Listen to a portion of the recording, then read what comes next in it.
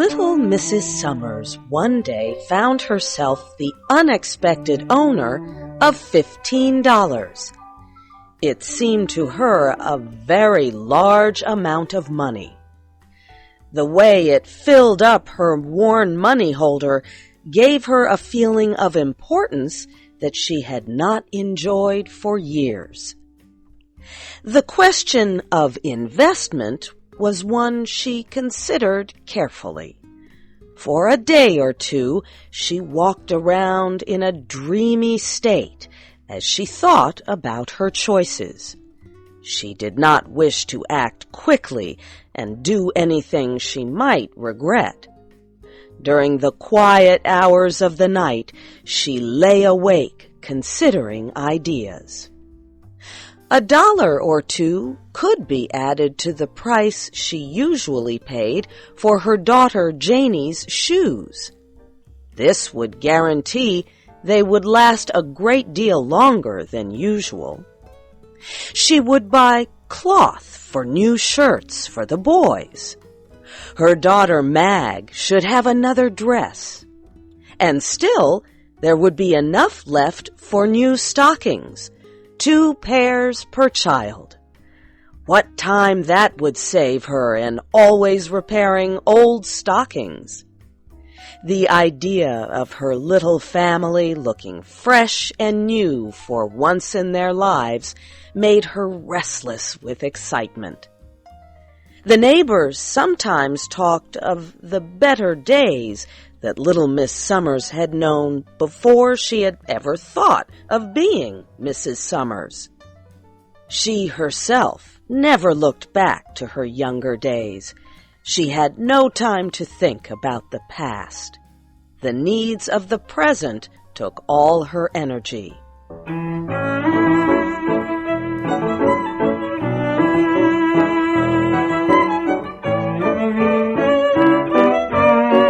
Mrs. Summers knew the value of finding things for sale at reduced prices. She could stand for hours, making her way little by little toward the desired object that was selling below cost.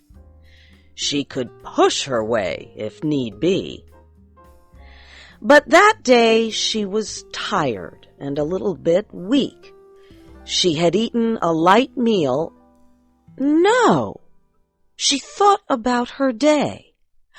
Between getting the children fed and the house cleaned and preparing herself to go shopping, she had forgotten to eat at all. When she arrived at the large department store, she sat in front of an empty counter.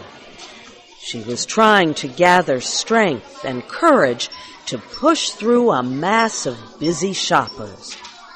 She rested her hand upon the counter. She wore no gloves. She slowly grew aware that her hand had felt something very pleasant to touch.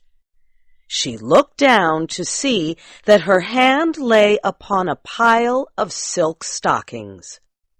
A sign nearby announced that they had been reduced in price. A young girl who stood behind the counter asked her if she wished to examine the silky leg coverings. She smiled as if she had been asked to inspect diamond jewelry with the aim of purchasing it.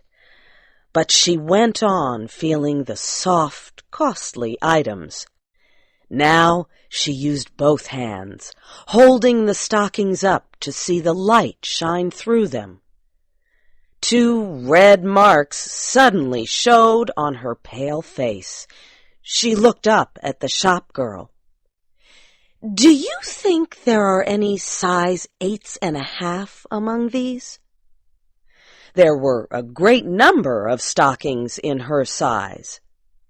Mrs. Summers chose a black pair and looked at them closely.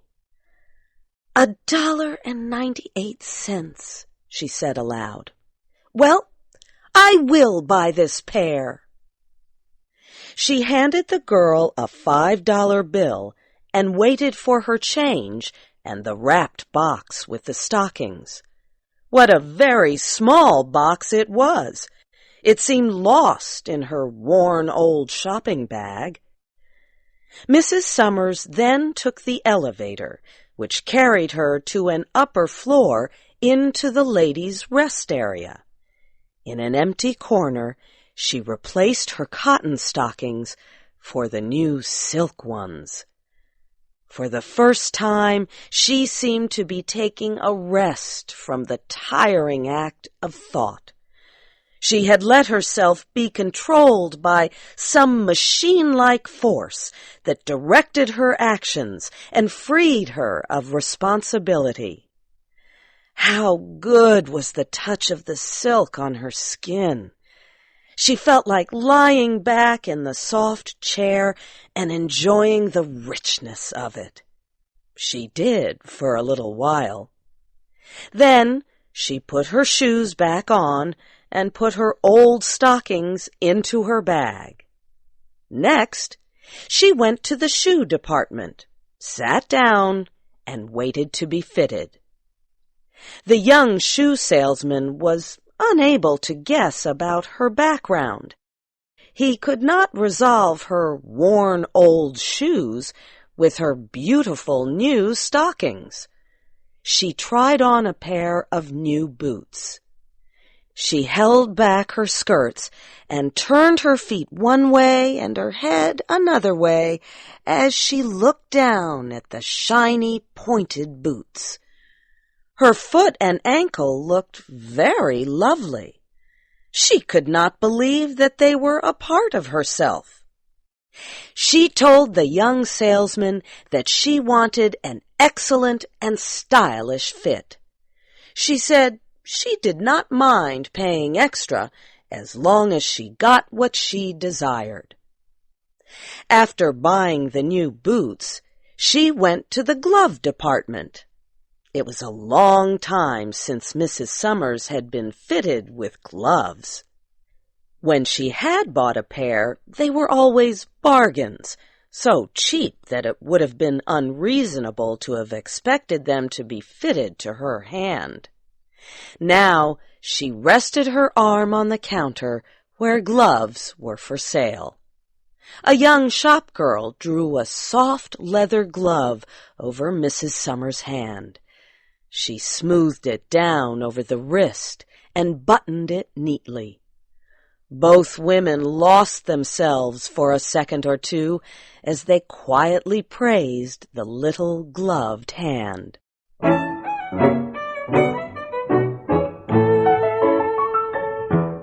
There were other places where money might be spent. A store down the street sold books and magazines. Mrs. Summers bought 2 costly magazines that she used to read back when she had been able to enjoy other pleasant things. She lifted her skirts as she crossed the street. Her new stockings and boots and gloves had worked wonders for her appearance. They had given her a feeling of satisfaction, a sense of belonging to the well-dressed crowds. She was very hungry. Another time, she would have ignored the desire for food until reaching her own home. But the force that was guiding her would not permit her to act on such a thought. There was a restaurant at the corner. She had never entered its doors. She had sometimes looked through the windows. She had noted the white tablecloths, shining glasses, and waiters serving wealthy people. When she entered, her appearance created no surprise or concern, as she had half feared it might. She seated herself at a small table. A waiter came at once to take her order. She ordered 6 oysters, a chop, something sweet, a glass of wine, and a cup of coffee. While waiting to be served, she removed her gloves very slowly and set them beside her. Then she picked up her magazine and looked through it. It was all very agreeable. The tablecloths were even more clean and white than they had seemed through the window, and the crystal drinking glasses shined even more brightly. There were ladies and gentlemen who did not notice her, lunching at the small tables like her own. A pleasing piece of music could be heard, and a gentle wind was blowing through the window. She tasted a bite, and she read a word or two, and she slowly drank the wine. She moved her toes around in the silk stockings. The price of it all made no difference. When she was finished, she counted the money out to the waiter and left an extra coin on his tray. He bowed to her as if she were a princess of royal blood.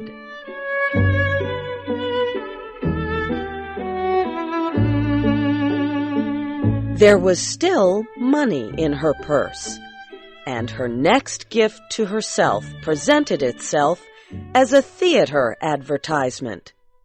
When she entered the theater, the play had already begun. She sat between richly dressed women who were there to spend the day eating sweets and showing off their costly clothing.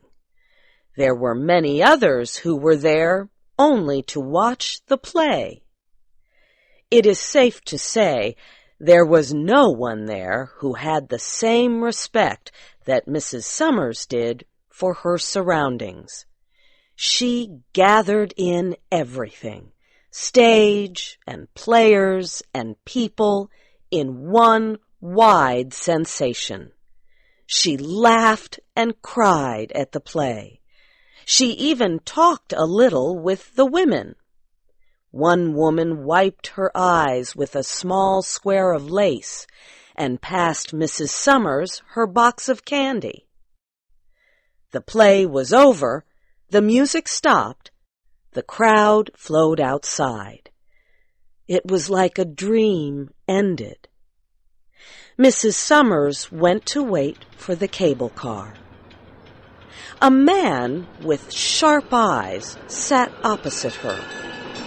It was hard for him to fully understand what he saw in her expression. In truth, he saw nothing, unless he was a magician. Then he would sense her heartbreaking wish that the cable car would never stop anywhere, but go on and on with her forever.